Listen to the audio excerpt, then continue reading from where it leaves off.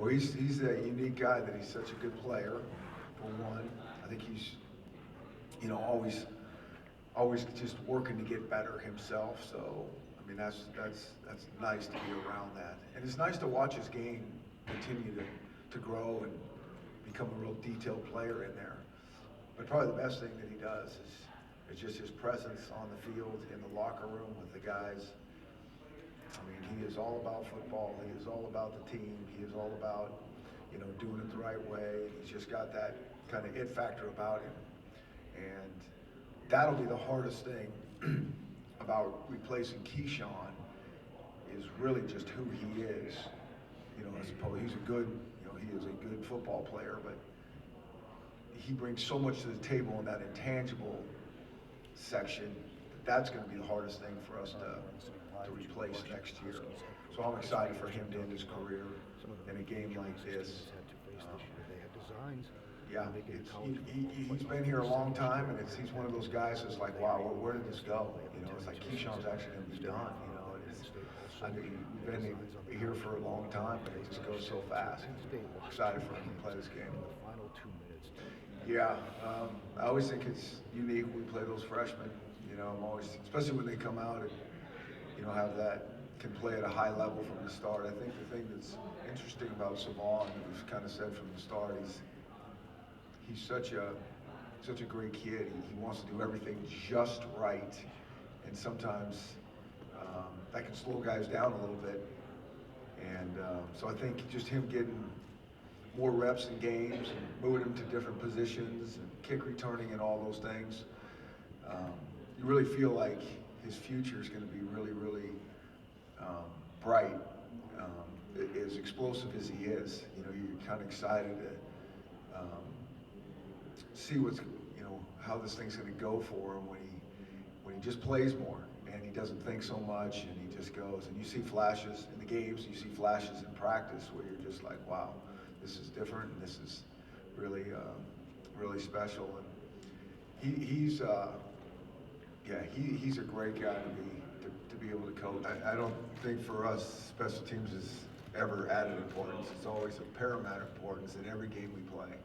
So, when you're playing a really good team and in big games, it's going to come down to all those important phases. And to us, special teams is every bit as important as offense or defense.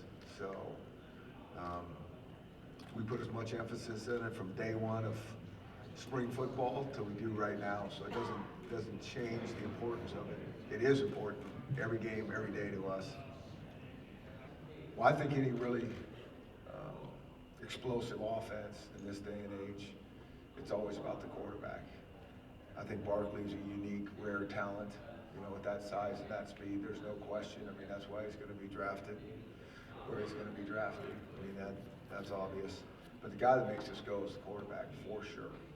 He's a good football player. I mean, he's the kind that you're like, yeah, you'd like him on your team. You can tell he's a competitor. He runs, he's tough, he can throw it.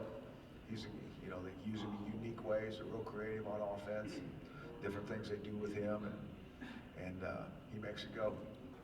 I think that's the biggest challenge. I think, they're a lot like us in a lot of ways. They're really sound in what they do. They're not overly complicated, which I think, to be honest with you, that's what the best defenses do and the best offenses do. They get good at something and do it well. I think the biggest difference for them is the defensive line. When you got a projected first-round draft choice at nose at 6'5" and 340 pounds. And then the 3 technique is 6'3", 325 pounds. And those two guys, they don't rotate the D-line a whole lot. Those guys play, a number of reps, and they kind of make it go for them. They're excellent against the run, and they're skillful in the secondary. And again, I think what you want to do defensively and offensively is you want to play a scheme that allows your players to play fast and allows your players to play confident and do just enough defensively to give offenses pause when they're trying to game plan you, trying to figure out what you're doing. And I think that's what they do such a good job of. is, that balance of having enough in your package that it keeps you honest and not predictable, but allows your players to play fast. And that's what I see. You don't have the success that Coach Petersen has had, without focusing on fundamentals, focusing on techniques, and having sound schemes that allow your guys to go out and play fast. So I've been very, very impressed with them, but I think the 2 D tackles is what makes them go. Well, I think like anything, they're able to get you off schedule. So, most people on first and second down are going to try to mix the run in there and try to create advantageous third down situations. But because they're so stout against the run, now it puts them in a great position in passing situations, especially on third down, because you're facing a lot of third and longs. The other thing that they do a great job is they do a really good job on the perimeter in terms of perimeter runs, because what you say is you got those 2 big D tackles in there, and it's going to be challenging to run inside there, so now you want to be able to run the ball on the perimeter, but they do a really good job of defeating blocks. They do a really good job of whether they're bringing secondary pressure or whether they're playing what we call trap coverage, where the corner will play inside shade, and if he sees run, he's going to aggressively attack it, knowing that he's got help over the top with safety and things like that. So they do a really good job of complementing their D tackles and how they're able to stop interior runs with what they do on the perimeter, to stop perimeter runs as well. So combination of all those things, but getting you off schedule, I think, is the most important thing that they do. And it's funny because earlier in the year I read an article about their defense, and I think the other thing that probably makes them go is their nickel. And I read an article earlier in the year that I'd sent to our coaches, both offensively and defensively, about their nickel and how this year they're playing with a 5'8" nickel who's a dynamic football player for them. Last year I think they played with a 6'3" nickel. They're a 4-2-5 defense overall, which is really kind of who we have been in our past. Coming to Penn State, obviously, in LBU. People don't really want to hear that you're going to take a linebacker off the field and play with 5 DBs, but that's really kind of who we have been in our history, in our past, and they've done a really good job with it and playing to the strengths of who that guy is. But it's interesting, last year having a guy who's 6'3" play in that position compared to this year having a guy who's 5'8". I think they just put their best playmaker, the guy with the highest football IQ at that position. So a combination of those 2 things, I think, has really helped them this year. They have quarterback designed runs for him.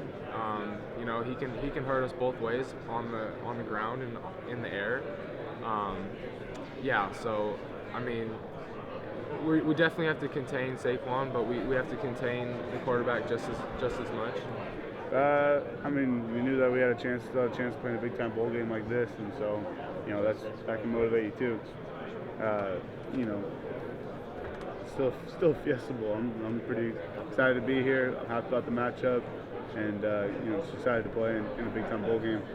Yeah, obviously, the 3 guys that are coming back in that room, and John Holland, I think they've kind of sprinkled him in a little bit this year, where he's got some playing time, he's got some time under his belt now. So I think that'll be good for him. You guys saw Nick Bowers a little bit throughout the season, and the touchdown catch that kind of made his year. And then Danny Dalton is a very talented player as well that's going to continue to mature and grow. So all 3 of those guys honestly can split time. They all bring different things to the table, which can help this offense moving forward. Why not have a football player talk about football? He's been through it. He worked through it. He did the work. He understands the game. I think a great example is Tony Romo. This year, I forgot what game it was. He was able to call out plays and stuff like that. And I think he did a great job of anchoring that game. So why not? I think it goes hand in hand. I think I would have a passion for that and a love for that.